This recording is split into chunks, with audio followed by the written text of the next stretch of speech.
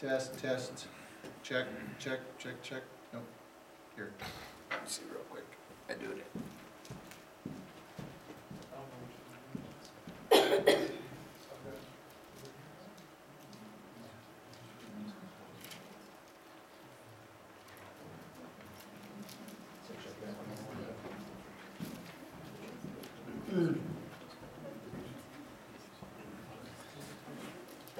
Okay, check, test. I'm gonna turn it up just a little bit more. I'm gonna try and stay away from it, but, okay. Vayetze, and he left. Interesting Torah portion.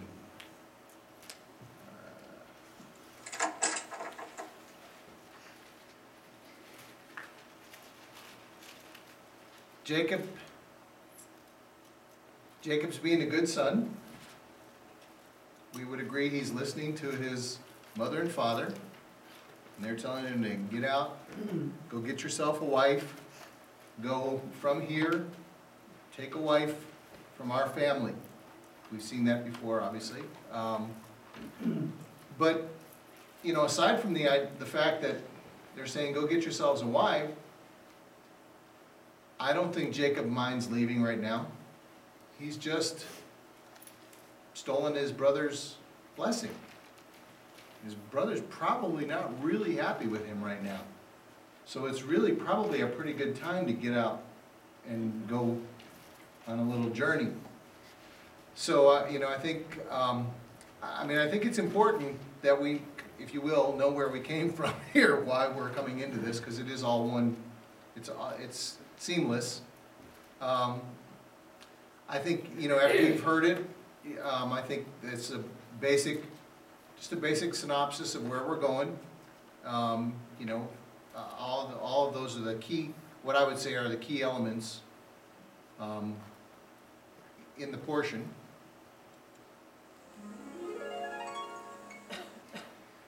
Jacob has a dream. He finds a place to stay. Really a pretty significant place. You know, it's not just where he just happened to, you know, the horses got tired or whatever.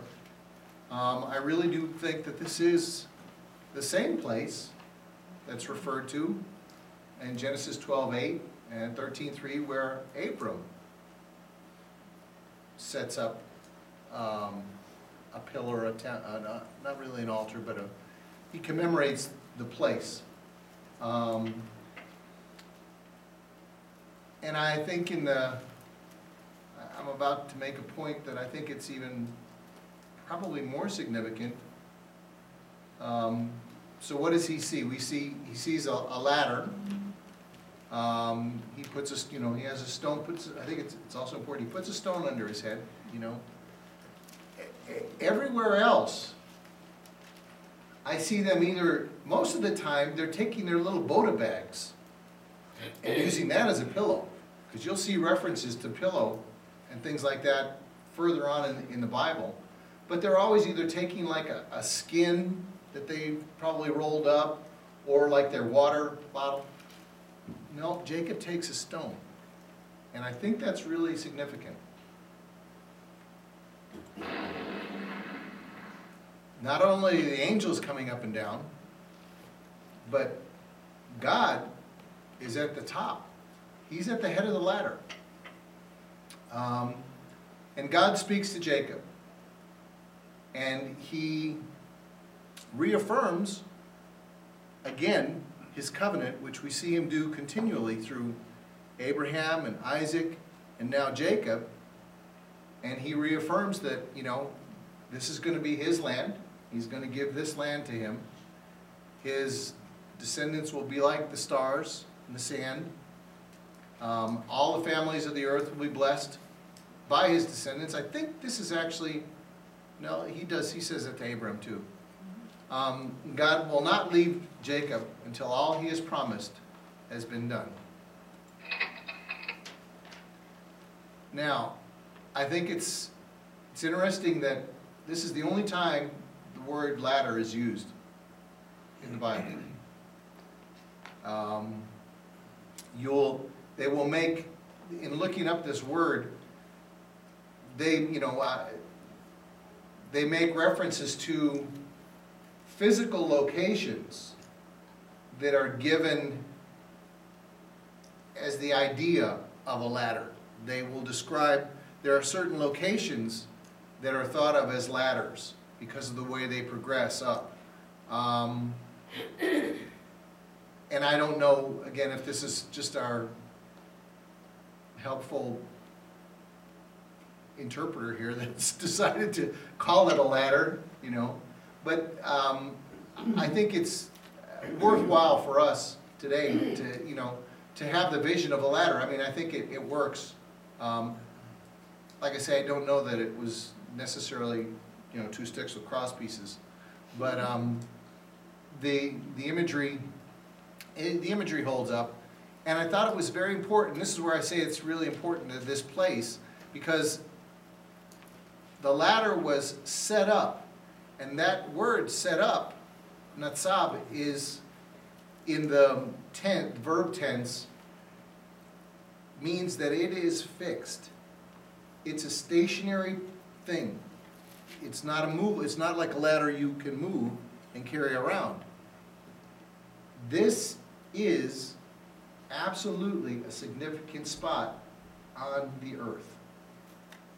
And I think that's really important to recognize, that it's not just any place that he happened to lay his head. He got this dream. He got this dream and was obviously, we would probably guess he was brought here to this place for a reason. There's no coincidences. Now, this is something that really intrigued me in this portion. There's a series of Aleph Tavs that come up here that are, I think, really, really interesting and very important. 28:15, I am with you. I will protect you wherever you go and bring you back to this soil. I will not turn aside from you until I, Aleph Tav, have fully kept this promise to you.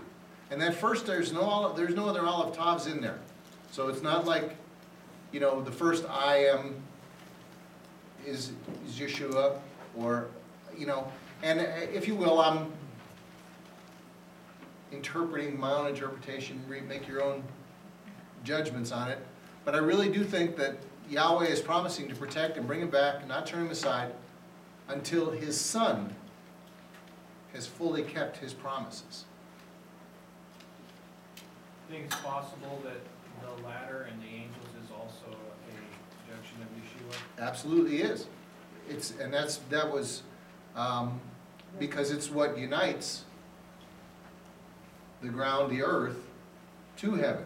And so he's that ladder. Perfect. Perfect. And he makes reference to it too in John 1:51. Uh-huh. Yep. See the Son of Man ascending and descending. I've got it in there somewhere. Now this is where I get maybe this is something that I really think jumped out at me. Again, it's probably open for interpretation. In 28:18, Yaakov got up early in the morning and took the stone, Aleph Tav. So I would think we would know who he's talking about. The foundation stone that he had put for his pillow. This is the first mention of the word pillow. Actually, the first mention is in 28:11, just a little bit before this. So this is actually the second mention. But the context is very much the same. And he stood it up as a pillar, the first mention of pillar, and poured, the first mention of poured, oil, the second mention also mentioned in 28:11. So we have, I'm going to go so far as to say almost 4 first mentions in this one verse, all speaking about this stone and poured it on the top, the rosh, the head. I don't think it's a huge stretch to really see this as Yaakov acting as a priest and anointing Yeshua as the head. And I would, I don't know, I would almost, yeah, please. To add to that, when it says he anointed the Mashiach, that word for anointing is Mashiach. Is Mashiach? Okay. So let's see, that would be, It's the verb for okay, Yeah, because he is the anointed one, right? yeah. But now, where is that, but is anointed in this passage? You can see the Hebrew. Is it in there? I'm sorry, I don't have my glasses. Yeah, no, I got you. Yeah, and I'm looking for a mem, would it be mem, it's not mem tzadi, right? No, It's Yeah. Mem, Shin, and Heth. right. And I don't, I'm not seeing that in this passage, in this verse exactly. But, I don't know, There's a sheen, a mem, and a vav. yeah, no, there's all the elements, but it's like, there's all the letters, but none of them that are put in the right order. I don't know, you know, does it make sense to anybody? And I would take it one step further, and especially with all these first mentions, I would go out on a limb and say that, you know, maybe we're actually seeing the first time that Yeshua is anointed as the Mashiach. And I think it's, you know, I think it points, if you will, I think it substantiates Yaakov as being a priest under the order of Melchizedek. Being one of those priests qualifies him as being, or at least attests to his being a priest in that order. Because obviously we know hasn't had his Levitical son yet. Yeah, do you think that, the stone, you said it was important, the stone he laid his pillow